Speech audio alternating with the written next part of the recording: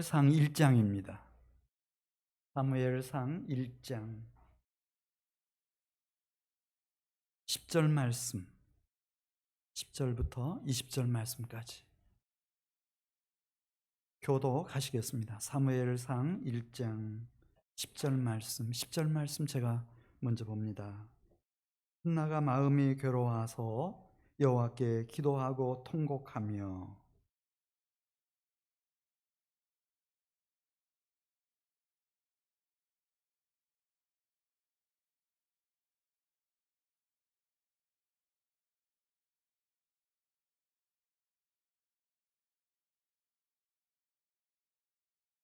그가 여호와 앞에 오래 기도하는 동안에 엘리가 그의 입을 주목한즉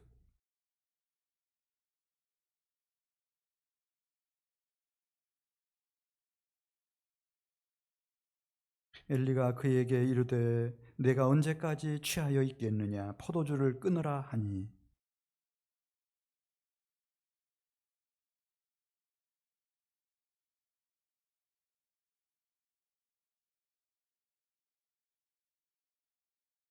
당신의 여종을 악한 여자로 여기지 마옵소서.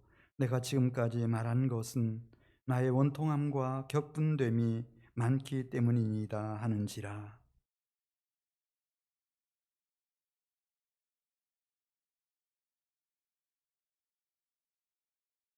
이르되 당신의 여종이 당신께 은혜 입기를 원하나이다 하고 가서 먹고 얼굴에 다시는 근심빛이 없더라.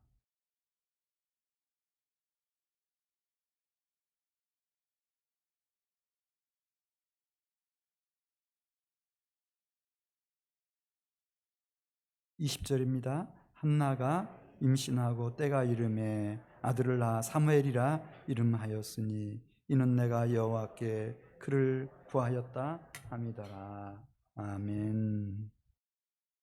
네. 사랑하는 교우 여러분, 자녀는 축복일까요? 아니면은 짐일까요? 네. 이게 잘 정리가 요즘 안 되고 있습니다. 신세대는 말할 것도 없습니다. 삼포 세대라고 하지 않습니까? 연애하는 것 포기하고 결혼하는 것 포기하고 더더군다나 자녀를 낳는 것 포기합니다. 왜냐하면 자녀 하나를 낳아서 양육하고 대학까지 다 교육을 시키려면 23만 불이 넘게 들어간다는 거예요. 거기다가 뭐 결혼시켜야지, 차도 사줘야지, 뭐 아파트 살 집 준비해줘야지, 이렇게 하면 뭐 더 많이 들어가죠. 요즘 신여성들은 더 아름답게 평생을, 그리고 더 건강하게, 더 즐겁게, 행복하게 살아가야 되는데 임신을 하게 되면은 여러분 아시는 대로 이 몸이 이제 변형이 옵니다. 변형이 오고 또 임신하게 되면 임신 중독증을 앓기도 하고 우울증을 앓기도 하고 임신 당뇨를 앓기도 하고. 네, 저희가 자녀 낳을 때만 해도 가끔씩은 아이 출산하다가 돌아가시는 산모도 계셨으니까요. 네. 게다가 이 자녀를 하나 키운다고 하는 게 일주일, 한 달, 1년 이렇게 수고해서 되는 게 아니잖아요. 10년, 20년, 30년 그 이후에도. 그래서 이 아이를 키워가지고 또 그 자녀들이 부모가 된 나에게 어떻게 대할 것이며 이 아이들이 살아가는 동안 이 사회에서 어떤 사람이 될 것인가. 잘못되는 케이스도 너무 많으니까요. 괴물처럼 되면 그냥 엄마 아빠의 평생의 근심거리죠. 그래서 많은 분들이 고민을 계속하는 겁니다. 그런데 이 성경 말씀에 보면 이 자녀들 중에 믿음의 자녀들이 있다는 거예요. 믿음의 자녀들. 예를 들어서 아므람과 요게벳 부부가 이 남자 아이를 하나 낳아서 기르려면 그 시대적 상황이 좋지 않아 가지고 자기의 목숨을 내대야 됐습니다. 그런데도 믿음의 아들 모세 하나를 길러냈어요. 그 모세가 축복의 자녀였습니다. 아버지 아므람이나 어머니 요게벳뿐만 아니고 하나님의 백성 이스라엘 백성들에게 또 하나님께 얼마나 큰 영광이 됐는지. 사가리아와 엘리사벳이라고 하는 부부가 있었어요. 어렵게 아들을 하나 낳아가지고 양육했습니다. 믿음으로 잘 키웠더니 그 아이의 일생은 예수님께로부터 여자가 낳은 자 중에 가장 큰 자라고 하는 칭찬을 받았습니다. 그 침례 요한은 사가리아의 축복이고 엘리사벳의 축복이고 예수님의 축복이고 하나님의 영광의 축복이었습니다. 이스라엘의 축복이었습니다. 요셉과 목수 요셉과 마리아 아기 예수를 낳아서 잘 키웠습니다. 이 아기 예수는 축복이었습니다. 그래서 마리아의 축복, 이 요셉의 축복, 오늘 본문에 등장하는 이 한나와 엘가나 이 부부도요, 아이를 하나 낳아가지고 어렵게 낳아서 믿음으로 잘 길렀습니다. 사무엘입니다. 그 사무엘은 엘가나의 축복이고 그리고 어민 한나의 축복이었습니다. 이스라엘 백성들의 축복이었습니다. 하나님의 영광의 축복이었습니다. 그래서 오늘 저는 하나님의 구원받은 백성들이 믿음의 자녀를 길러야 되겠는데 이 한나의 케이스를 보면서 어떻게 나도 이 세상에 왔다 가면서 믿음의 자녀 자손 우리가 세우고 갈 것인가? 우리 중에 혹시 이미 시간이 다 지나서 결혼하기도 너무 늦고 출산하기도 너무 시간이 많이 가신 분들이 계시다고 할 것 같으면 믿음의 자녀들, 영적인 믿음의 자녀들, 이방의 대사도였던 바울처럼 어떻게 믿음의 그 자녀들을 이 땅에 일으킬 것인가 하는 것을 살펴보도록 하겠습니다. 오늘 사무엘상 1장 2절에 있는 말씀을 보면 엘가나가 나옵니다. 엘가나는 아주 경건한 사람이었고 그 엘가나가 첫 번째 결혼을 하는데 누구하고 했죠? 한나하고 결혼했습니다. 그런데 안타깝게도 2절 하반절에 있는 말씀 보면은 이 엘가나가 두 번째 여자를 맞아들입니다. 누구였죠? 브닌나. 이름도 기억하기 쉬워요. 한나를 너무 분나게 만들어서 브닌나예요. 왜 그러면 브닌나를 엘가나가 맞아들일 수밖에 없었는지 1절 마지막에서 설명해요. 브닌나에게는 자식이 있고 한나에게는 자식이 없었더라. 그렇게 마치 사라가 결혼했어요.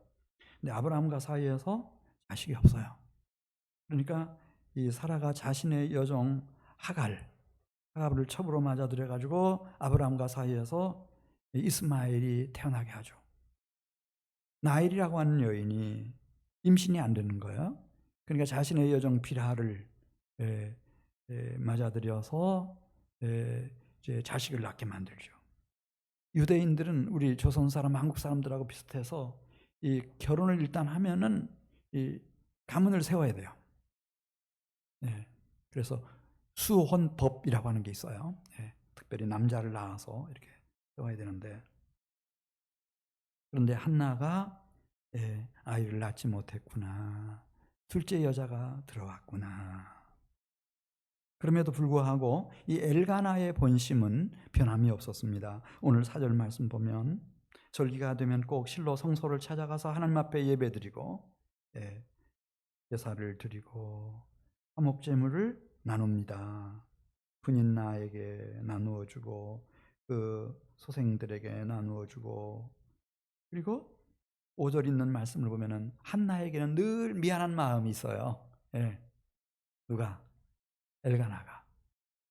원래 내 마음은 이게 아니었는데 아마 부모님들의 요구일 수도 있고 그 사회적인 분위기일 수도 있고 내가 꼭 둘째 여자를 맞아들여 가지고 이렇게 자녀를 낳고 그래 이 한나가 얼마나 외로울까 마음이 힘들까 그 생각을 했는지 그 화목제물을 줄 때 5절에 있는 말씀 보면 한나에게는 분인나보다 2배를 더 줬다는 거예요.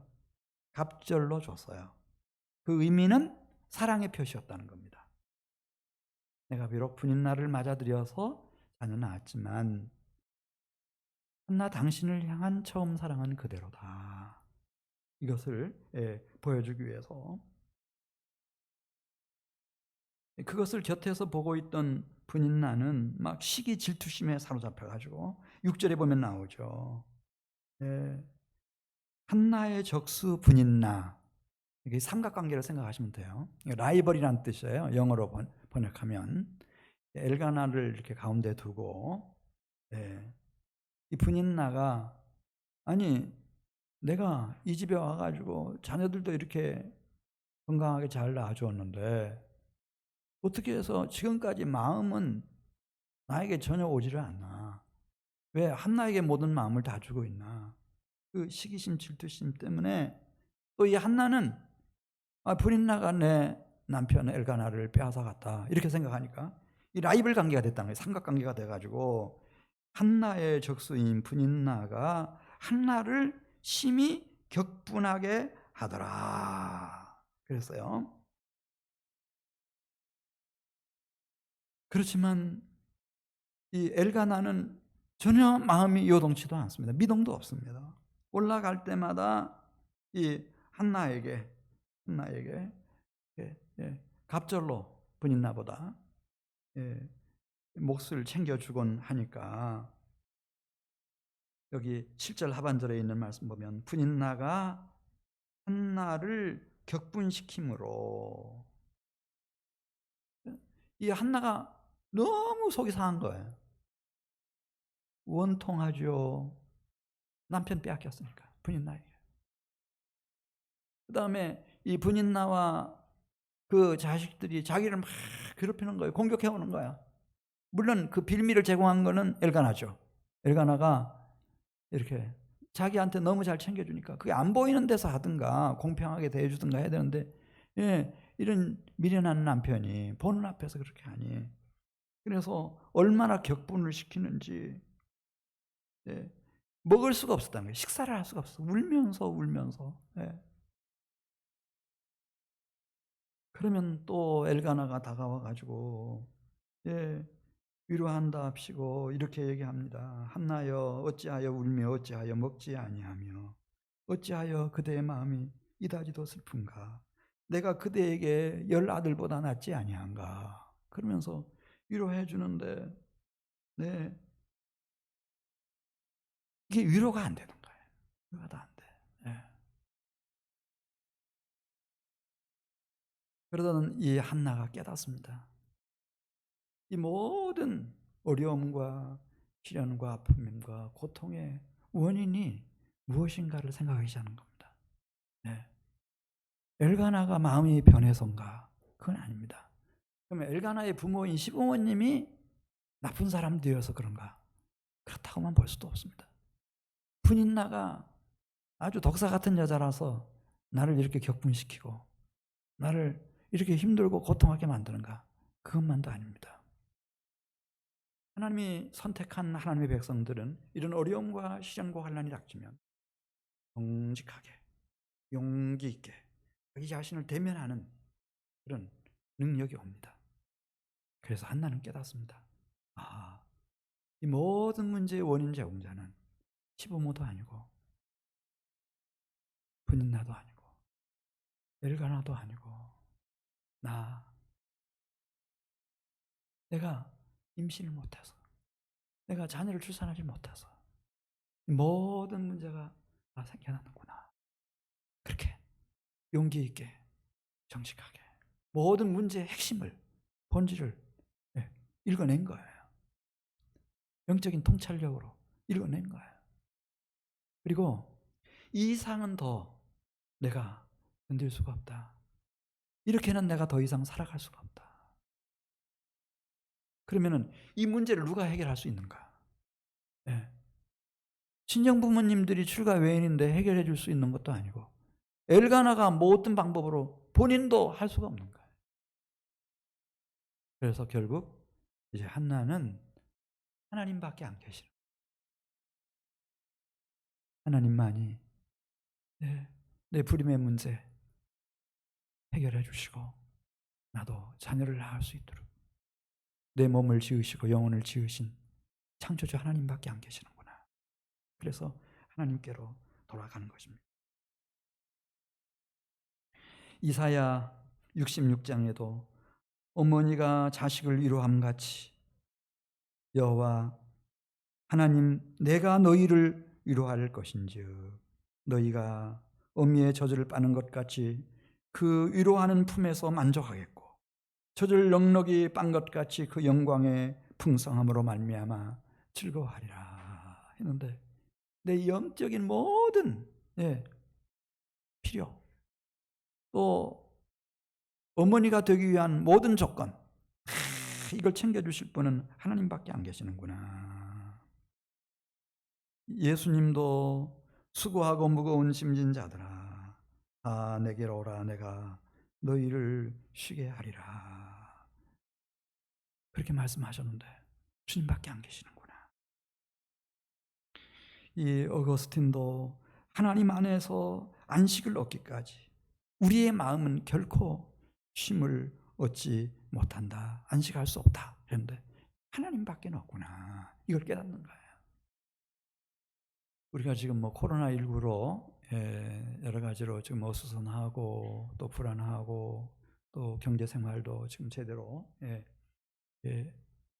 되지를 않고 교회도 학교도 지금 다 병원들까지 심지어 다 어려운데 근데 제가 생각할 때는 이런 현실적인 어려움도 어려움이지만 이것을 우리가 정직하게 받아들이는 거예요. 아, 어렵구나.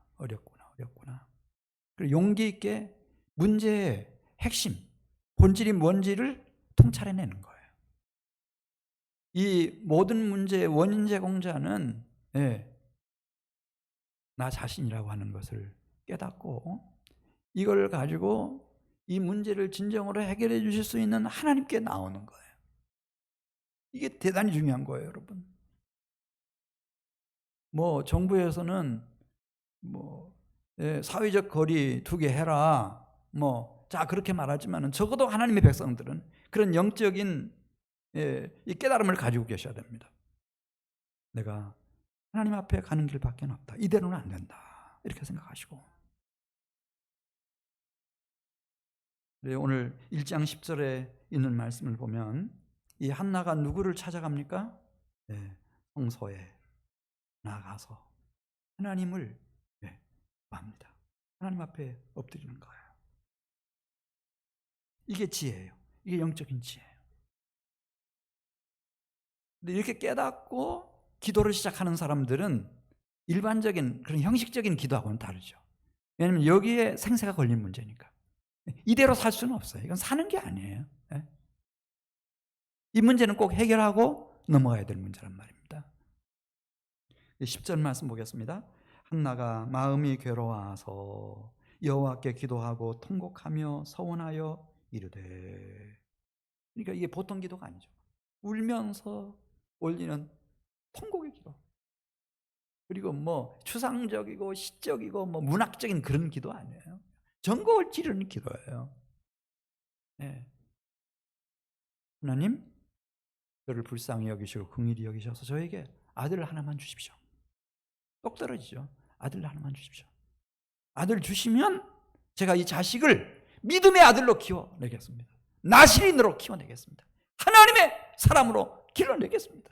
소원합니다. 이 하나님과의 진정한 소원은요, 생명을 거는 거거든요. 이 기도. 자, 우리 한번 10절 말씀 다시 읽습니다. 한나가 마음이 괴로워서 여호와께 기도하고 통곡하며 서원하여 이르되 만군의 여호와여 만일 주의 여종의 고통을 돌아보시고 나를 기억하사 주의 여종을 잊지 아니하시고 주의 여종에게 아들을 주시면 내가 그의 평생에 그를 여호와께 드리고 삭도를 그 머리에 대지 아니하겠나이다. 이게 따라서 하세요. 나실인의 서원. 그러니까 하나님 저에게 아들을 하나 주십시오. 그래야 해결이 될 거 아닙니까? 그리고 아들을 하나 주시면 제가 누구로 키우겠습니까? 나신으로 믿음의 아들로 길러내겠습니다. 이게 서원의 기도.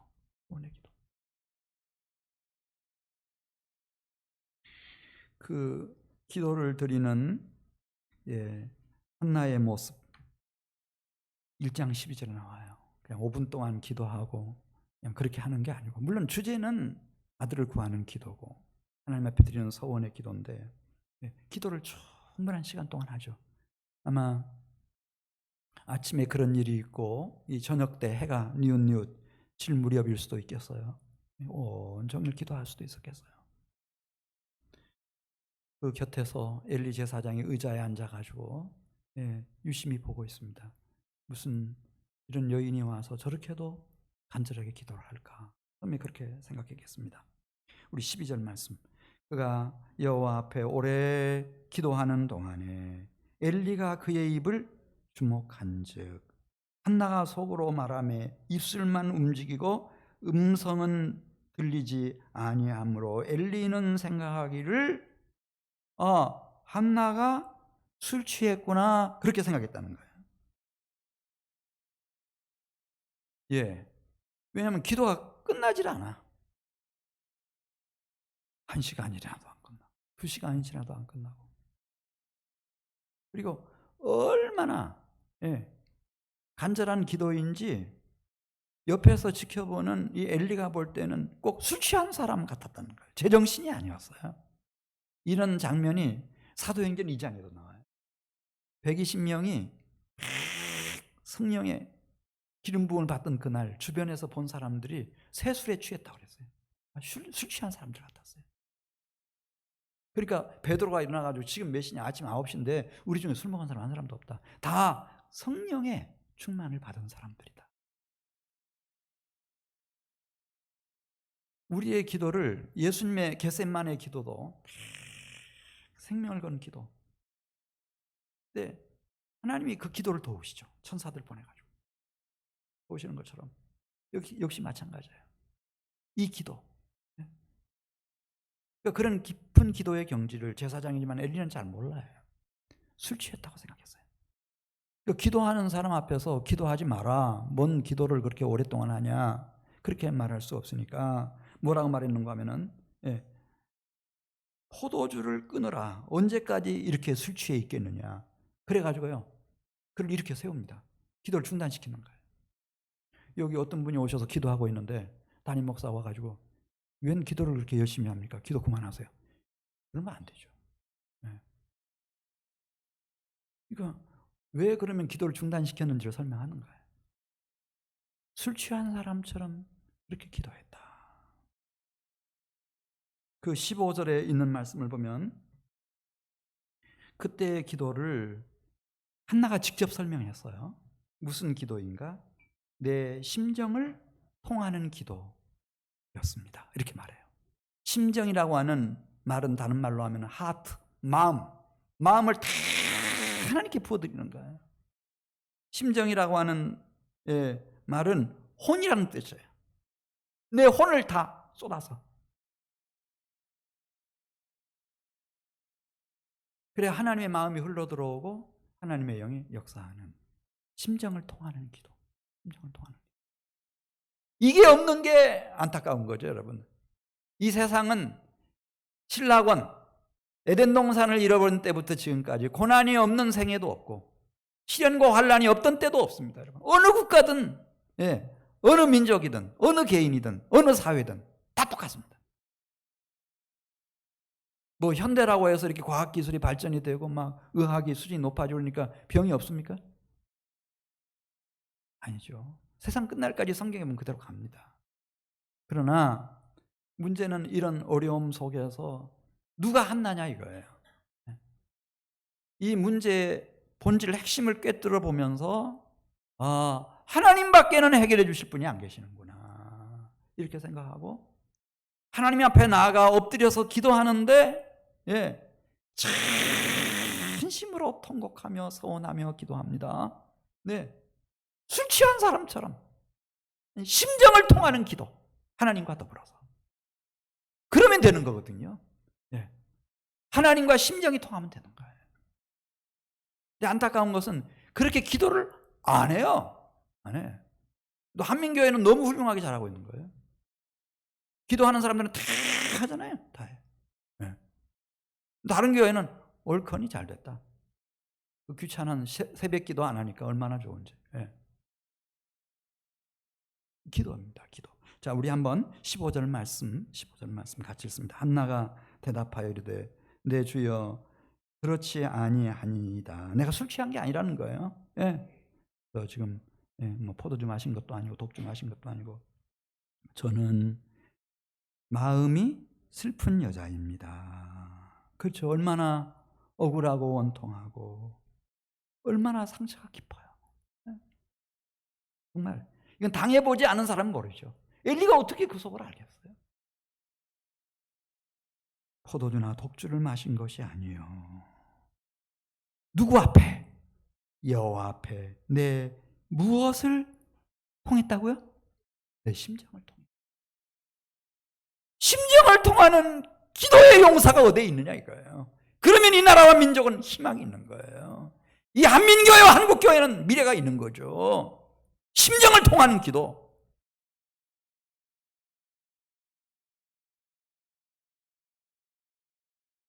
그때 그래도 명색이 제사장인 엘리가 이해를 해요. 아, 이 여인은 원통함과 그리고 상처와 아픔이 정말 깊은 여인이구나. 이 기도는 심정을 통하는 기도였구나. 요즘에도 이런 기도에 사람이 있네. 기도하는 딸이 있네. 그래서 감동을 받아요. 싸늘하게 다 식어가는 교회는 이제 기도 안 해요. 냉랭합니다. 한국 교회가 부흥할 때는 얼마나 뜨거웠는지 기도 소리가요. 진동을 했잖아요. 네? 지금 기도 소리 다 사라졌습니다. 기도하는 사람이 있는 거예요. 심정을 통하는 기도라니. 그런 기도의 세계도 있는가? 그렇게 느끼면서 이렇게 격려합니다. 그리고 축복합니다. 평안히 가라.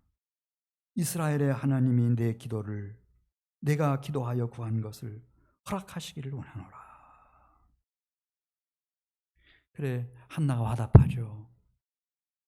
당신께 은혜 있기를 원하나이다.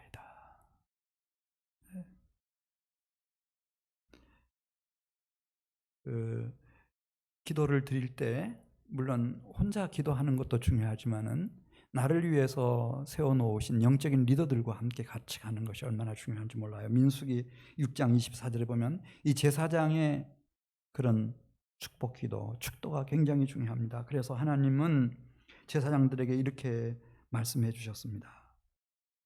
제사장인 너희는 이스라엘 백성들을 위해서 이렇게 축복 기도를 해라. 여호와는 내게 복을 주시고 너를 지키시기를 원하며 여호와는 그의 얼굴을 내게 비추사 은혜 베푸시기를 원하며 여호와는 그의 얼굴을 내게로 향하여 드사 평강 주시기를 원하노라. 그렇게 기도하면 내가 기도받는 그 백성에게 나의 은혜와 평강을 부어주겠노라. 축복을 내려주겠노라. 그렇게 약속했어요.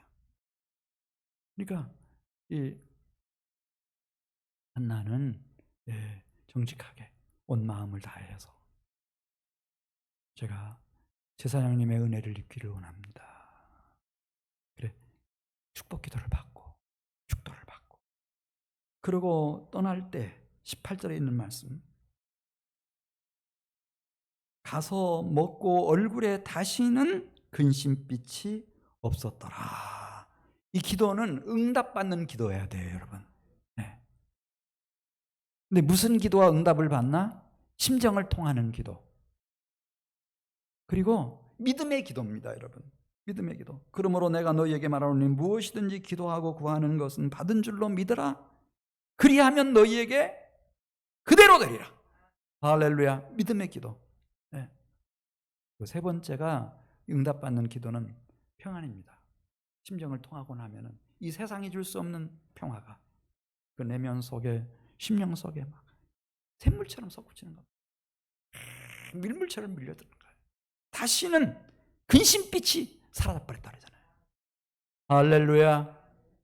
이런 기도의 사람들이 한민교회에서부터 일어나야 돼요. 지금 기도해야 될 때예요. 예수께서 겟셋마네 동산에서 깨어있어 기도하라 말씀하신 것처럼 그렇지 않으면 시험에 들어요. 여러분, 시험에 들어. 그래, 고향집 라마로 내려갔을 때 하나님이 누구를 늘 생각해 주셨는가? 한나를 생각하세요. 하나님하고 맺은 언약이 있잖아요. 그래서 이제 남편 엘가나와 한나가 동침할 때 임신할 수 있게 해주시고, 그리고 이 임신된 아이가 만삭이 돼서 건강한 사내 아이로 태어납니다. 그 아이가 태어났을 때 한나는 또렷하게 기억해요. 어떻게 내가 아들을 낳았어요? 어떻게 낳았어요, 여러분? 하나님 앞에 서원 기도 드렸고 그 기도의 응답으로 이 아이를 주신 거예요. 그래서 이름을 뭐라고 졌는가?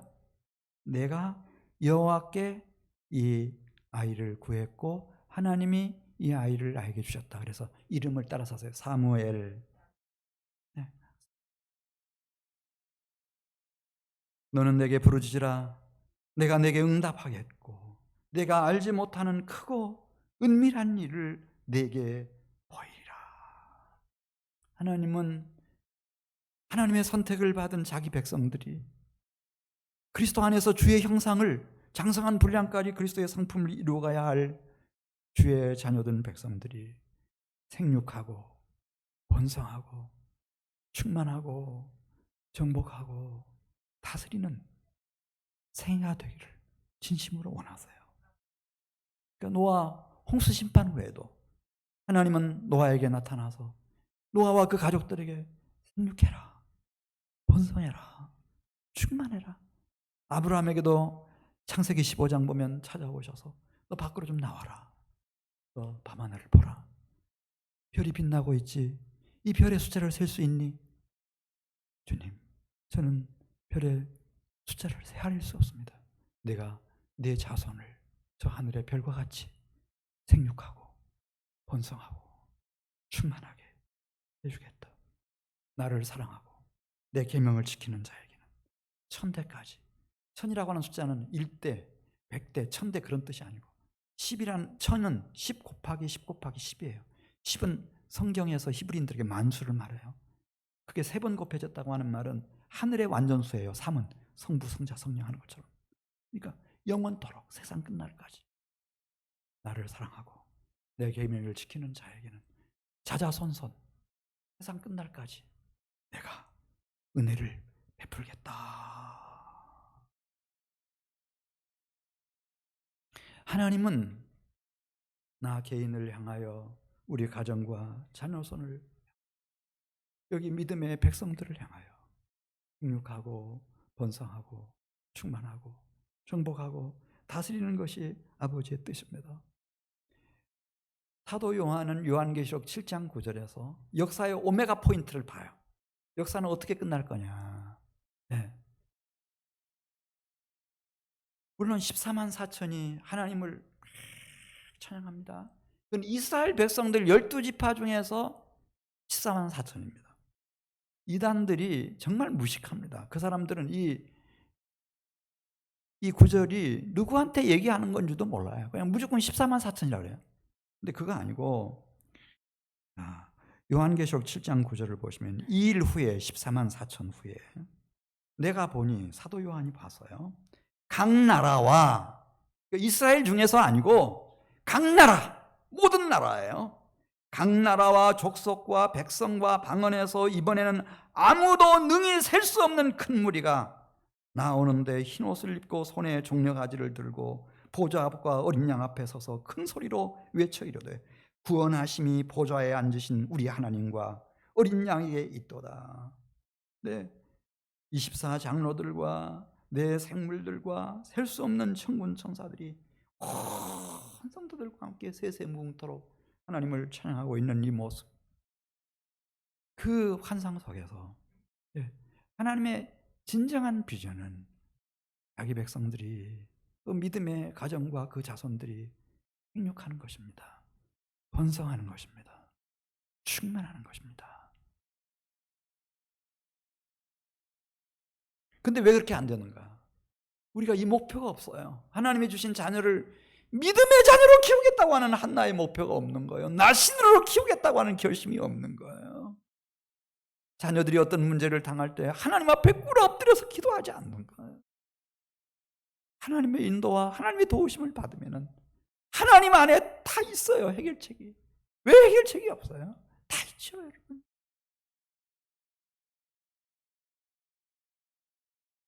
한나의 위대한 점은 이제 1장 24절에 보면 보통 사람들은 그렇거든요. 병원에 입원해 있을 때는 하나님 좀 살려주세요. 제가 건강하게 되면 이제는 교회 나갈게요. 네, 교회 나갈게요. 근데 건강하게 퇴원했어요? 뭐 이런 암에서 고침받은 사람이 남아있나? 안 나갑니다. 네. 인사로 한 번, 두 번 나오다가 그냥 떨어져 나가죠. 그런데 여기 사무엘상 2장 24절에 있는 말씀을 보면 한나는 정말 성실한 여인이에요. 네. 이제 이 사무엘이 잘 자라서 젖을 떼고 이유식을 했어요. 네. 그리고 이제는 평생을 하나님께 드리기로 했으니까 유년 시절, 청소년, 청년 시절 그 빼놓고 노년만 바친다는 그건 평생이 아니잖아요. 그래서 어떻게 했나? 24절에 있는 말씀을 보면 하나님 앞에 드릴 번제, 속죄제, 화목제물 다 준비하고 남편 엘가나와 같이 실로 성소를 찾아갑니다. 찾아가서 26절 있는 말씀 보겠어요. 이제 제사장 엘리는 잘 몰라요. 워낙 많은 사람들이 늘 왔다 갔다 하니까. 설명해요. 뭐라고 설명하죠? 한나가 이르되 내 주여 당신의 사심으로 맹세하나이다. 그러면 자기를 소개하는 거죠. 저는 여기서 내 주 당신 곁에 서서 여호와께 기도하던 여자, 그 유별나게 기도하던 여자 말이에요. 기도에는 좀 유별난 사람들이 되세요. 그래서 딱 목사님의 눈에 뇌리에 각인이 되도록 저 기도하는 사람 왔네. 기도하는 딸 왔네. 그 기도하던 여자. 그래서 쫓겨났던 여자, 술 끊으라고 쫓겨났던 여자, 그 여자 그래라 이거예요. 소개하면서 이제 엘리에게 정말 가뭄의 단비처럼 촉촉히 엘리의 심령을 적시는, 그리고 그 심령 속에 성령의 불을 일으키는 증언을 하는 거예요. 27절 보겠습니다. 하나님이 그 기도를 들으셨어요? 안 들으셨어요? 그때 그 기도 들으셨다는 거예요. 네. 그래서 얻은 아들 이 사무엘입니다. 자, 우리 한번 27절 말씀. 이 아이를 위하여 내가 기도하였더니 내가 구하며 기도한 바를 여호와께서 내게 허락하신지라. 그러므로 나도 그를 여호와께 드리되 그의 평생을 여호와께 드리나이다 하고. 이야, 엘리가 깜짝 놀랐을 거예요. 아니 오늘날도 하나님 기도를 들으시네. 네? 적은 나이도 아닌데 한나가. 그리고 아들을 주셨네. 얼마나 놀라웠겠어요. 사실 여기 목사는 우리 성도 여러분들이 한나가 있어서 하나님 앞에 기도하고 하나님이 살아계셔서 일하시는 그 생생한 사건을 들려주실 때 그게 담임 목사의 자양분이에요. 하나님 좋으신 하나님, 네. 오늘도 일하고 계시고 지금도 역사하고 계시는구나. 이거.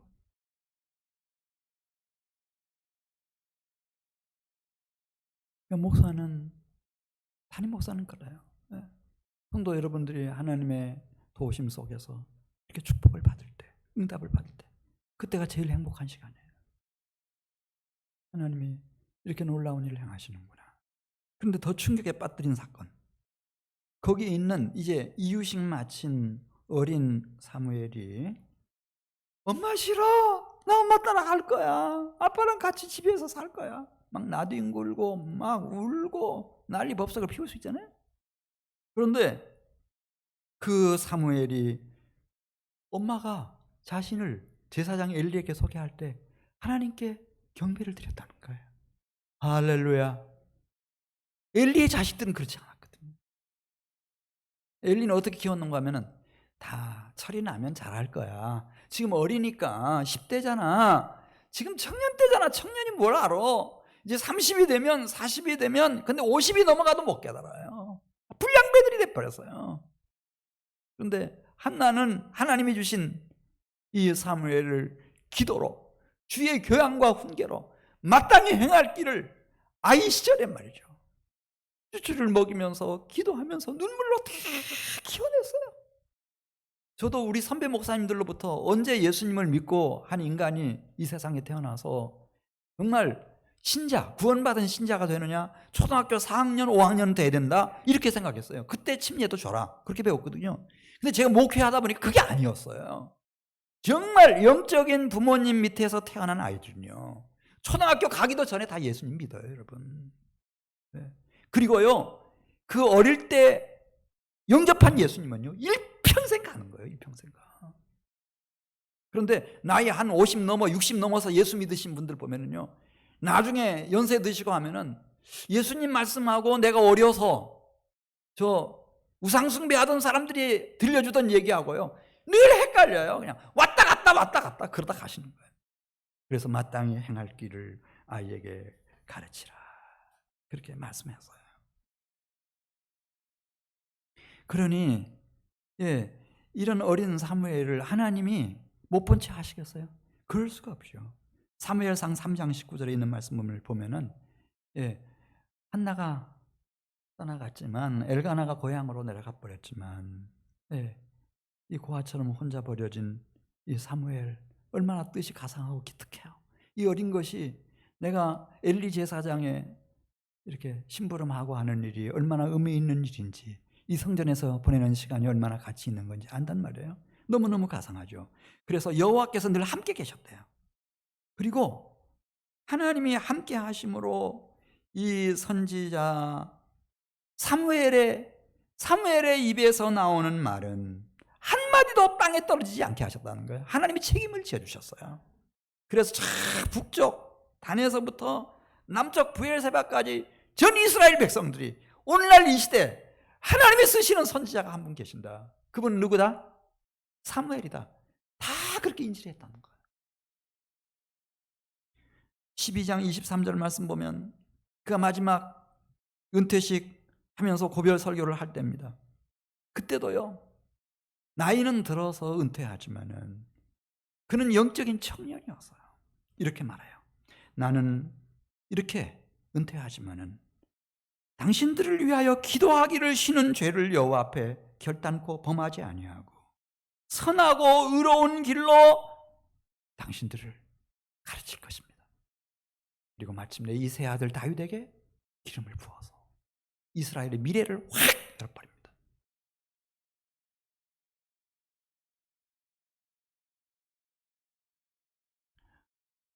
사랑하는 성도 여러분,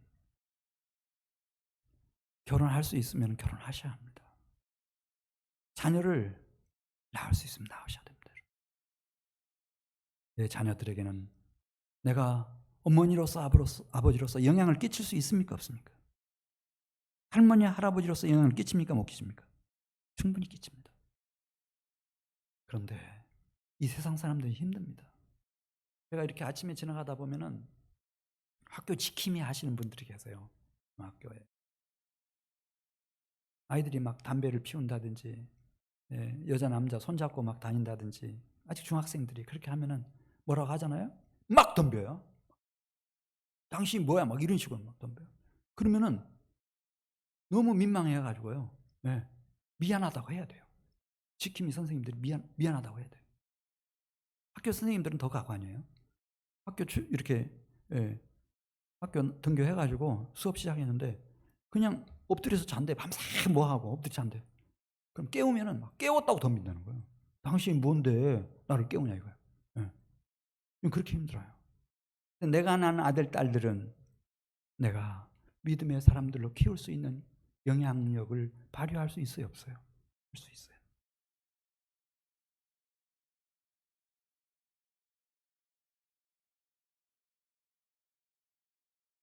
뿐만 아니라 예, 사무엘상 2장에 있는 말씀을 보면은 물론 내가 여성으로서 내 신체에 대한 결정권 딱 가지고 뭐 아이를 낳든지 말든지 이건 내가 다 결정하고 내가 처녀와 같은 몸매를 가지고 아름답게 내 인생을 더 즐기면서 행복하게 자아 실현도 하고 다 이렇게 살아가겠다 그렇게 생각할 수도 있겠어요. 그렇지만 이렇게 믿음의 자녀들을 키우는 과정에서 한나는 그럼 무엇을 잃었고 무엇을 얻었나 말씀드리겠습니다. 우리 사무엘상 2장 가서 보면 이 한나의 기도입니다. 한나의 기도를 보면 한나는 죽기 전에 이 세계 안에서 내 생애 속에서 하나님의 큰 구원을 경험해요. 그래 2장 1절 말씀에 내가 주의 구원으로 말미암아 기뻐합니다. 그런 얘기를 해요. 그러니까 구원이라는 것이 죽고 나서 하나님 나라 가는 거 그것만 구원이 아니고 세계 안에서 내가 정말 숨도 못 쉬게 됐을 때 하나님이 나의 기도를 들으시고 나에게 사무엘을 주심으로써 이건 구원 사건이에요. 적어도 한나에게는 구원 사건이에요. 이스라엘 민족 전체에게도 구원 사건이에요. 한나가 없는 이스라엘을 생각할 수 있나요? 없죠, 여러분. 없습니다.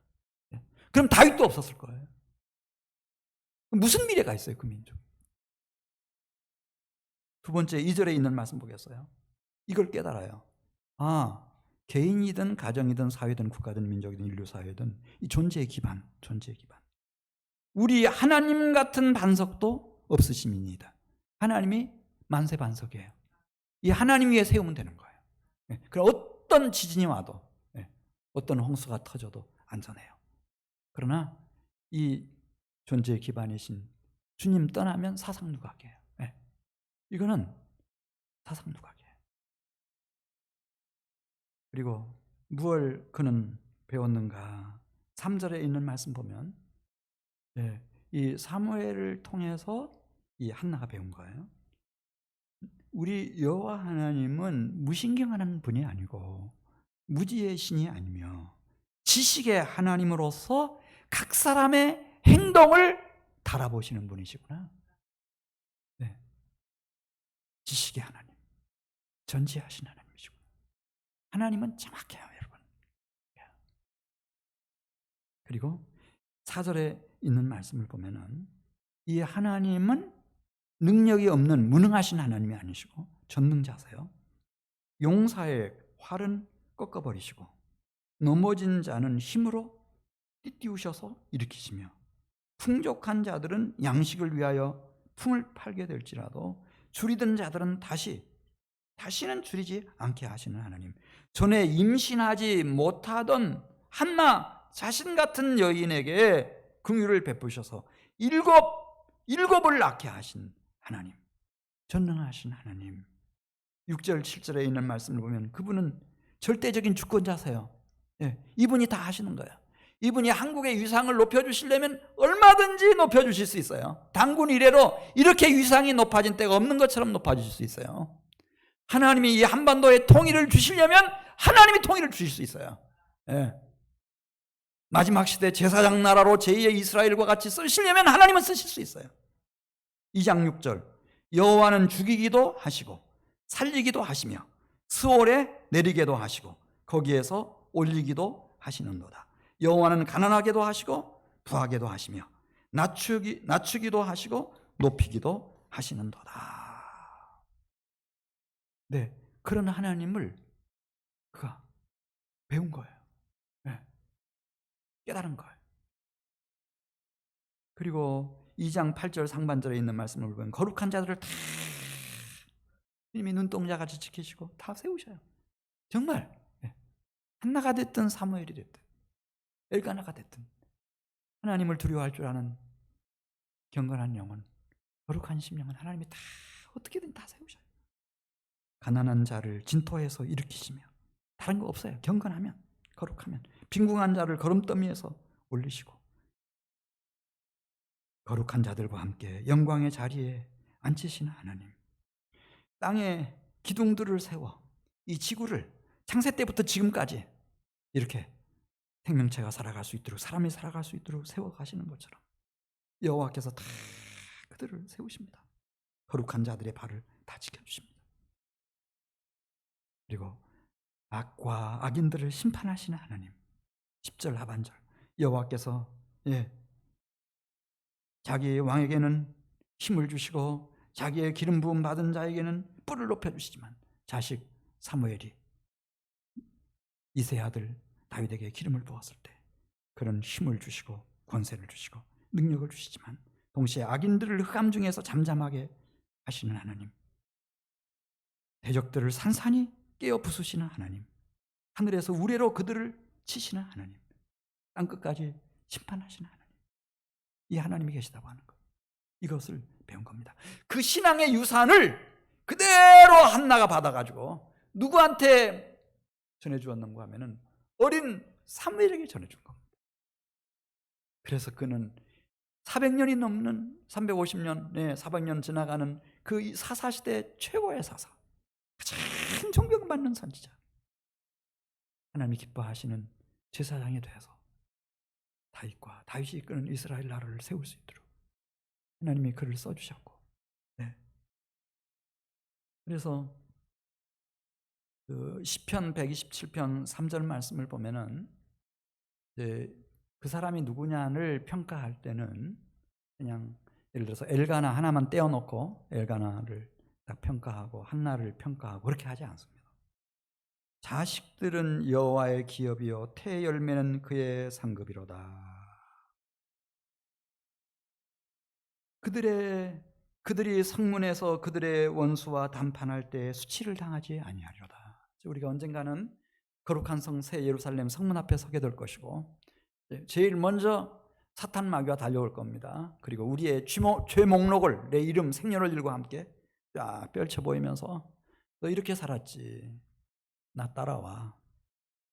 너는 저곳에 갈 자격이 없어. 너는 내 새끼야, 따라와. 그리고 음부로 지옥으로 데려갈 때, 그때 그 성문 앞에서 담판할 때 수치를 당치 않게 해주신다는 거예요. 어떻게 그렇게 하시는가? 엘가나는 부족했어요. 그래서 둘째 여자를 맞아들였어. 한나도 참 부족했어요. 그래서 분인나하고 붙어가지고 싸울 때 치열하게 싸웠어요. 그러나 그것만 보시는 것이 아니고 자식들은 여호와의 기업이요 태 열매는 그 상급이로다. 한나가 엘가나가 낳아서 믿음으로 키워낸 이 사무엘이 엘가나가 누구며 한나가 누군지를 평가하는 하나님의 평가서이고 하나님이 주시는 영광의 상이고 상급이고 기업이라는 거예요. 할렐루야. 그러니까 한나는 반드시 사무엘과 함께 평가를 받아요. 엘가나도 역시 마찬가지예요. 아내 한나와 함께 사무엘과 함께 평가를 받는 거예요. 그래서 성문 앞에서 부끄러움을 당하지 않도록 담판할 때 승리하도록 만들어주시는 거예요. 거룩한 성 새 예루살렘 성에 들어가도록. 우리는 둘 중에 하나예요. 결혼을 이미 했고 가정을 가져서 자녀를 두신 분들은 그 자녀들 위해서 기도 많이 하셔야 돼요. 그 자손들 믿음의 사람들로 꼭 세워놓고 가셔야 돼요. 이게 여호와께서 나에게 주신 상급이란 말입니다. 이게 상장이란 말이에요. 내 평가서 성적표예요. 그리고 영원히 누릴 기업이에요. 이 역사 속에서 말이에요. 이 세계 안에서. 그리고 하나님의 나라에서도. 그런데 나는 어쩌다 보니까 그냥 싱글이다. 이미 아이를 출산할 수 있는 때가 다 지나버렸다. 그렇다면 이 바울처럼 믿음의 영적인 자녀들을 낳는 그 출산의 수고, 해산의 수고, 그거 하셔야 돼요.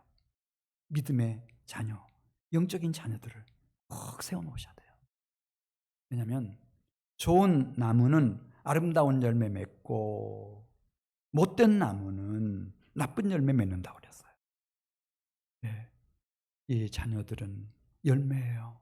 내가 이 세상에 왔다 가는 열매고 나의 평가서이고 나에게 주어지는 상장이고 표창장이고 나의 상급이고 나의 영원한 기업이에요. 자식은 여호와의 기업이요 태 열매는 그 상급 오늘 어린이 주일 기도하는 시간 갖겠어요. 지금 기도합니다. 하나님이 나에게 주신 아들, 딸들의 이름을 불러가면서 또 손자, 손녀들의 이름을 불러가면서 기도하겠어요. 하나님이 가정을 이루게 하시고 자손을 주셔서 감사합니다. 한나의 자식 사무엘처럼 내 자식들이 믿음의 자녀가 되게 해주십시오. 축복의 자녀가 되게 해주십시오.